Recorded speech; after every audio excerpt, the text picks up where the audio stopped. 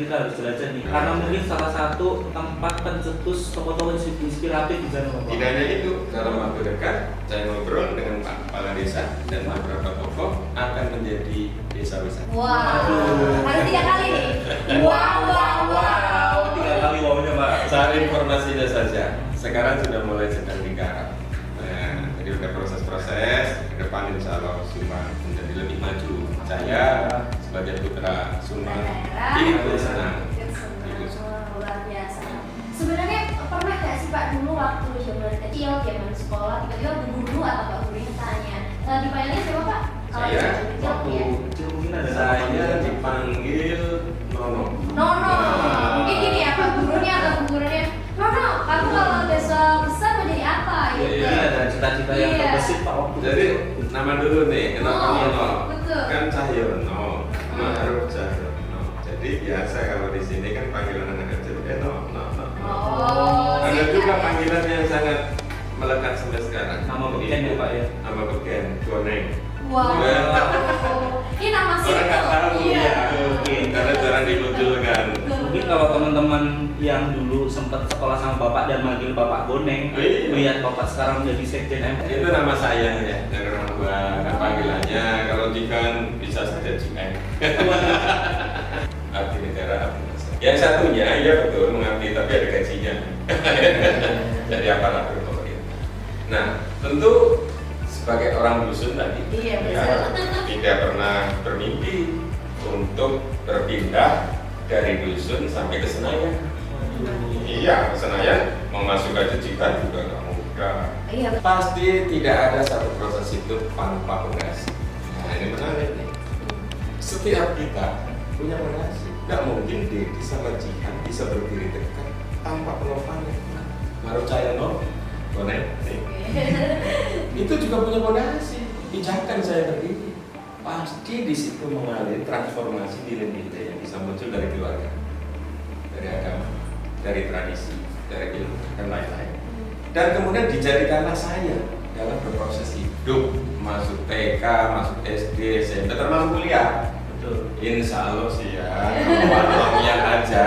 Mahasiswa kadang-kadang juga dikit-dikit, Iya. pas males belajar, Nggak gitu, boleh, Mas. iya. Ya. Kadang-kadang ya minta cuti, padahal kita ini kadang begitu. Belajarnya kadang-kadang nggak mau nyatet, kalau mau tes baru minta catatan, Iya. bisa juga. Tapi sih alhamdulillah, di antara semua itu saya ada. Gitu ya. Aduh, tiga-tiganya nih. Rajin baca saya rajin baca. Ya mungkin menulis, tapi saya kira ada juga yang lebih rajin masalahnya gitu ya. Jadi saya nggak mau membandingkan. Tapi saya banyak membaca. Dan waktu itu saya tidak fokus kuliah aja. Saya sudah berjuang. Sambil kuliah semester 2 atau 3 deh, saya ngelamar pekerjaan. Sambil bekerja Pak. Sambil bekerja. Jadi nggak kayak kebanyakan anak seperti sekarang ya Pak? Enggak, bangun tidur, sudah wangi-wangi berangkat kuliah, naik Ya. motor enak banget. Manage waktunya berarti lebih. Dari Dari awal. saya kos SMA 1 di depan SMA 2 yang turun tuh jalanannya. Iya Pak. Oh, Tuh, seminggu sekali bawa kompor sama kering kentang. menu tips untuk anak Iya. kos. Nah, selama kuliah saya sambil kerja. Karena dulu saya diterima di pemerintah kabupaten. Wow. Masih pakai ijazah SMA, lulus. Bekerja deh. Every day dari pagi sampai sore dari ASN, bayangkan berputar-putar kemana-mana kerja-kerja teknis semua gitu ya, dan itu perjuangan. Satu sisi bekerjanya harus baik, sisi lain juga sekolahnya harus benar. Gimana itu? Nah itu selama 5 tahun, 1 jam aja lama nunggu pacar ya. Aduh. 5 tahun. 5 tahun ya. Jadi bisa dibayangkan Jihan. Iya benar. Kira-kira di zamannya itu Mas Pak Ma'ruf gitu ya, itu perjuangannya kan gitu ya. Dan bukan langsung 5 tahun itu seperti membuka lembaran buku belum selesai. 5 tahun itu melewati detik menit lama. Itu Udah banyak kali Proses. ya. kalau malam ini ada hujan panas terik. Nanti kalau saya teruskan 2 jam udah itu. Dan untuk generasi muda ya Cik ya, Betul. ini merupakan satu bekal lah, bahwa anak dusun bisa menjadi seseorang yang penting di Indonesia dan juga memiliki banyak mimpi. Mimpinya juga udah mulai terwujud, kehidupannya sangat bermanfaat juga, dan Ya. dari bahasanya juga kita bisa melihat bahwa Bapak ini sangat memiliki jiwa apa namanya, patriotisme juga untuk sesama seperti itu. Wow, ini kan cocok banget Tiga untuk kali sesi ini sih ya. Harus 3 kali aja. Wow. Luar biasa sekali ya Dit ya. Aduh. Terus gini Pak, Ya. untuk menghadapi tantangan global, tips dan trik menurut Bapak Mahmud Cahyono itu seperti apa sih Pak untuk generasi muda? Strategi ya. Ya, strateginya. Lebih ke strategi. Iya, pasti anak muda sekarang itu yang pertama nih kunci. Saya ambil yang kesimpulan, harus nyaman dalam area perubahan. Kalau Jihan itu lihat perubahan itu resisten, tidak suka, bikin pusing, itu tanda-tanda tidak maju. Karena perubahan itu sesuatu yang niscaya, tidak kodrat. Jadi siapapun yang menolak perubahan, kata saya, gitu ya, berarti menolak kodrat. Kalau kodrat alamiah, dulu kan pakainya nggak segede ini kan, Kecil banget. tiba-tiba membesar tubuh. Betul. Jadi kaosnya menyesuaikan. Terus mau paksa pikirannya pakai kaos kecil, nggak bisa. Makanya siapapun harus beradaptasi Betul. dengan perubahan. Untuk bisa beradaptasi, salah satunya karena perubahan itu banyak didorong oleh pengaruh. Yang pertama, teknologi informasi, industri 4.0. Dengan sekarang udah selesai World 5.0. Iya. Luar biasa. Ada lagi climate change. Wow, dahsyat. Belum sesuatu yang unpredictable. Datangnya dibikin pandemi COVID aja sama COVID aja. Iya betul. Nah, kira-kira gitu ya. Apalagi lain-lain. Itu kan baru identifikasi kita. Hal-hal yang mungkin tidak bisa identifikasi juga menjadi faktor ekosistem mempengaruhi supaya kita caranya begitu. Jadi seorang anak muda harus membekali dengan memiliki orientasi.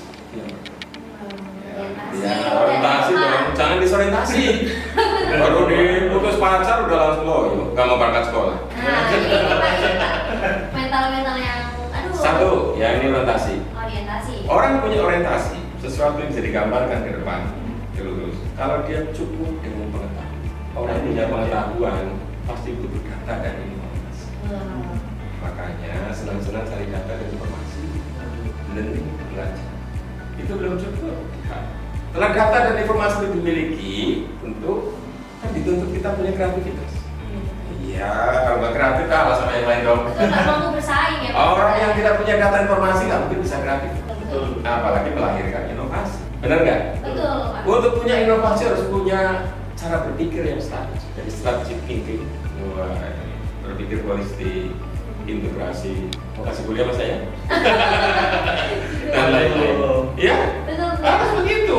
Nah, baru disitulah kita bisa melahirkan alternatif yang kaya akan inovasi-inovasi. Karena kayanya kreativitas, kayanya inisiatif. Tanpa itu kita tahunya hanya itu, itu nyontok yang lain, nggak punya proposal.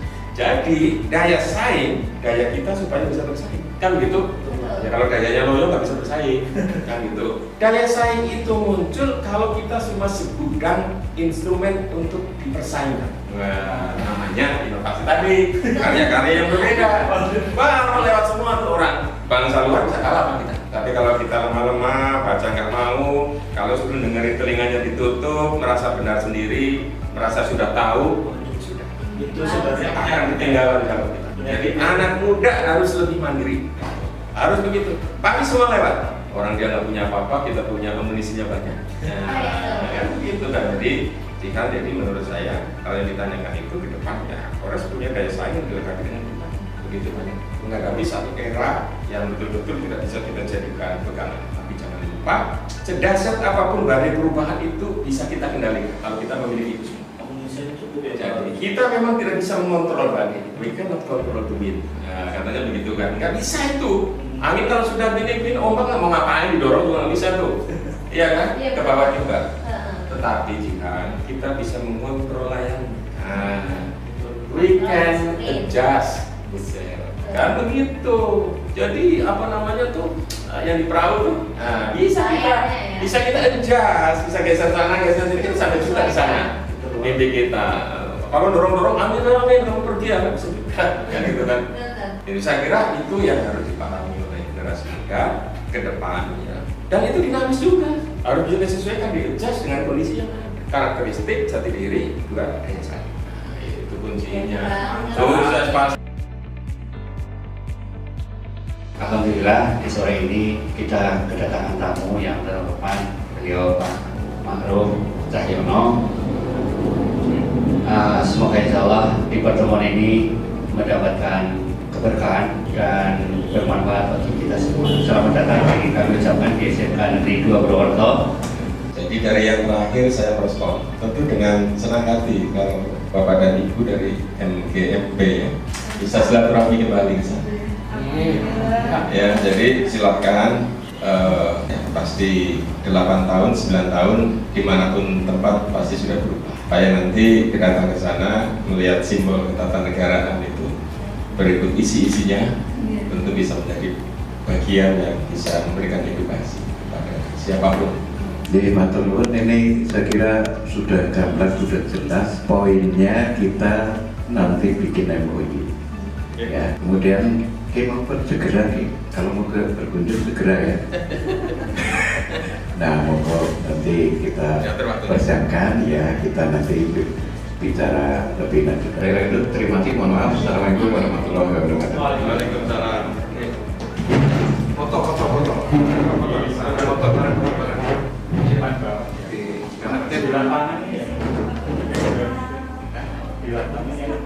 Oh ya boleh ya, sambil duduk.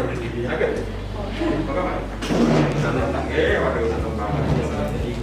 Di lapangan. Aduh, dari kampung, bapaknya juga bersahabat baik ya, asik. Monggo, monggo. Sehat selalu. Oh, unsur saya. Terima kasih. Ya, Mas. Unsur ya? Hukum? BC. Oh iya, BC. Bu Anu. Administrasi negara. Iya. Pak Firdaus di situ enggak ya? Oke. Ya, selamat.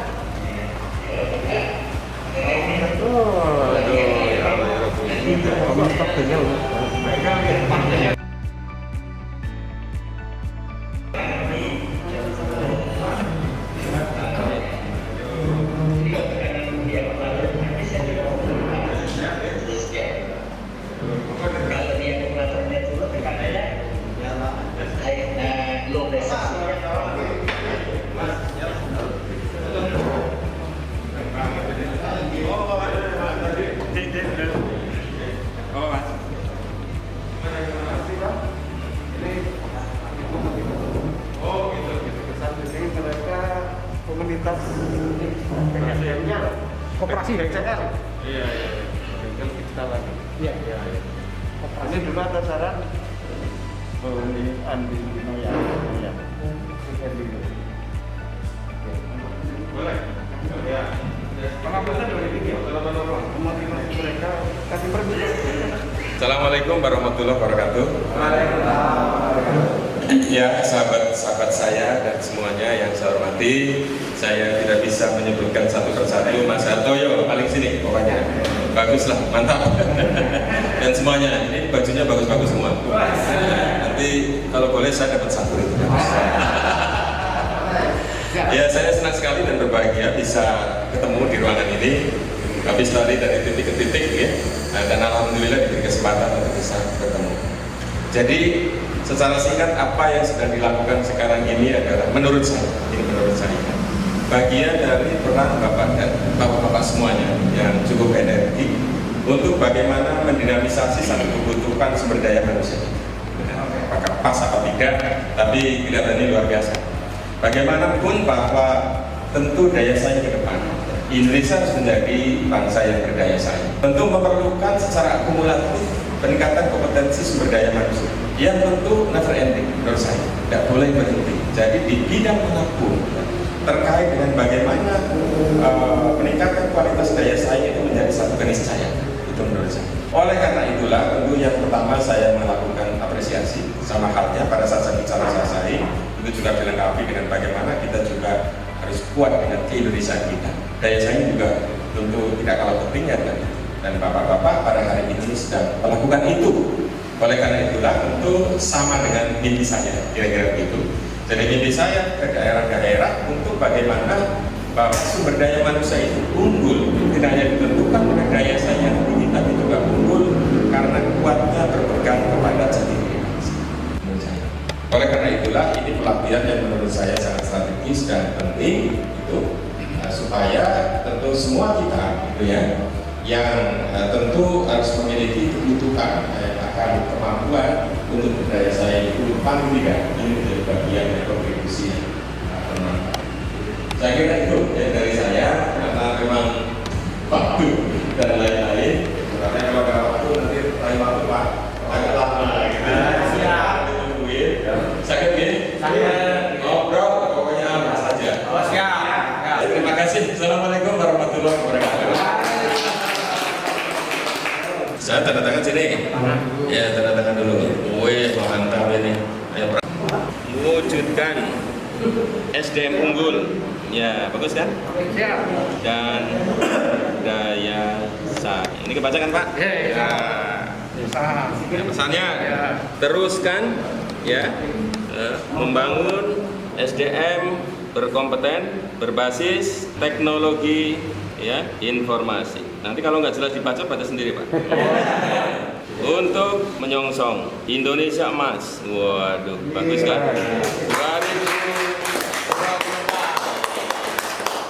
2045 itu pil 2045